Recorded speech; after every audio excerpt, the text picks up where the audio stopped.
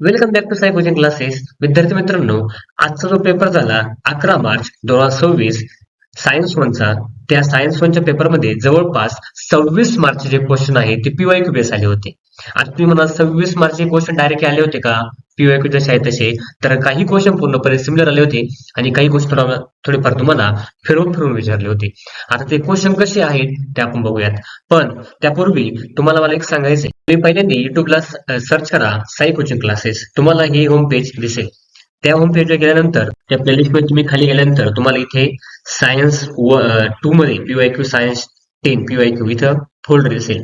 तुम्ही जर ते ओपन केलं तुम्हाला त्या फोल्डर मध्ये इकडे बघा या साईडला पूर्ण पीवायक्यू जे आहे आतापर्यंत विचारलेले मी 2019 2025 पर्यंत सगळेच्या सगळे पीवायक्यू टाकले. तुम्ही जर ते 2x स्पीड वर लावून जर बघितले तुमचा सायन्स 2 चा अभ्यास नक्की स्ट्रॉंग होणार आहे. सांगा तुम्हाला आजचा पेपर कसा गेला? 26 मार्चचा क्वेश्चन जर आपला रिपीट होत असेल तर मुलांनो, आपल्यासाठी सुवर्ण संधी आहे पीवायक्यू बेस्ट करण्यासाठी. त्यामुळे तुम्ही हे पीवायक्यू नक्की बघा आणि तुम्हाला सायन्स टू पेपर पीवायक्यू कसा गेला नंतर मला नक्कीच कमेंट करा. ठीक आहे, बघा आता तुम्हाला मी 26 मार्क कसे आले हे मोजून दाखवतो. क्वेश्चन 1 मध्ये जो सेकंड एमसीक्यू होता तो जुलै 2024 आणि जुलै 2023 मध्ये विचारला गेला होता. जसा आहे तसाच एमसीक्यू. त्यानंतर बघा रिफ्रॅक्टिव्ह इंडेक्स ऑफ डायमंड. आता हा जो क्वेश्चन आहे थोडाफार फिरून विचारला होता. तुम्हाला already refractive index of diamond question येऊन गेला होता 2023 मध्ये आणि सिमिलर क्वेश्चन हाच विचारला गेला होता. मग जास्तीत जास्त रिफ्रॅक्टिव्ह इंडेक्स कोणाची आहे तर डायमंडची आहे. मग तुम्हाला डायमंडचे हा क्वेश्चन जो आहे आपला नवीन वगैरे नाही, जुनाच क्वेश्चन थोडासा फिरून विचारला. त्यानंतर बघा 5 नंबरचा क्वेश्चन आहे. आता हा एक्झॅक्टली आलाय for normal human I minimum distance of distinct vision is किती 25 सेंटीमीटर. डायरेक्ट क्वेश्चन आलाय मार्च 2020 चा. त्यानंतर क्वेश्चन 2 मध्ये हे बघा सायंटिफिक गिव्ह सायंटिफिक रिझनचा क्वेश्चन आहे आपला 2 मार्कला. आता हा 2 मार्च 2022 चा जसा आहे तसा क्वेश्चन उचललाय त्यांनी. ठीक आहे, त्यामुळे हा सुद्धा पीवायक्यूचा आहे.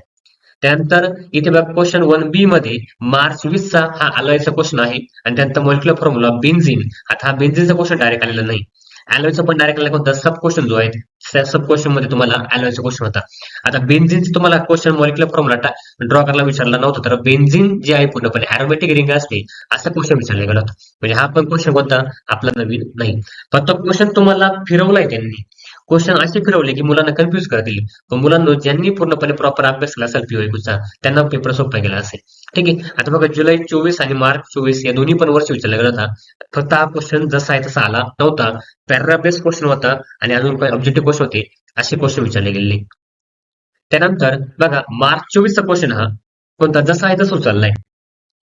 त्यानंतर हा पॅसेज जो आहे जसा आहे तसाच उचललाय मार्च 2022 चा. त्यानंतर बघा ही बॅलन्स करायला अशी विचारली होती जुलै 2020 ला जशी आहे तशी विचारली होती. त्यानंतर लास्ट क्वेश्चन जो लास्ट क्वेश्चन आपला क्वेश्चन 4. आता लास्ट क्वेश्चन मध्ये हा क्वेश्चन आपला ऑलरेडी एमसीक्यू मध्ये विचारला होता. त्यानंतर अल्युमिनाचा हा ऑब्जेक्टिव्ह क्वेश्चन होता. तो पण आपल्या 2 मार्क 3 मार्क मध्ये विचारला होता आणि अल्युमिना रिड्यूस कसं करणार तो पण क्वेश्चन जुलै 2020 ला विचारला होता. तुम्ही जर एक्झॅक्ट काउंट केलं तुम्हाला 26 मार्कचा काउंट इथे भेटणार आहे. त्यामुळे पीवायक्यू नक्की बघा आणि मला व्हिडिओ कमेंट मध्ये सांगा. तुम्हाला जर सायन्स 2 मध्ये जर काही अडचणी येत असेल तर मला कमेंट करा. मी तुम्हाला तो टॉपिक लवकरात लवकर बनवून शेअर करतो.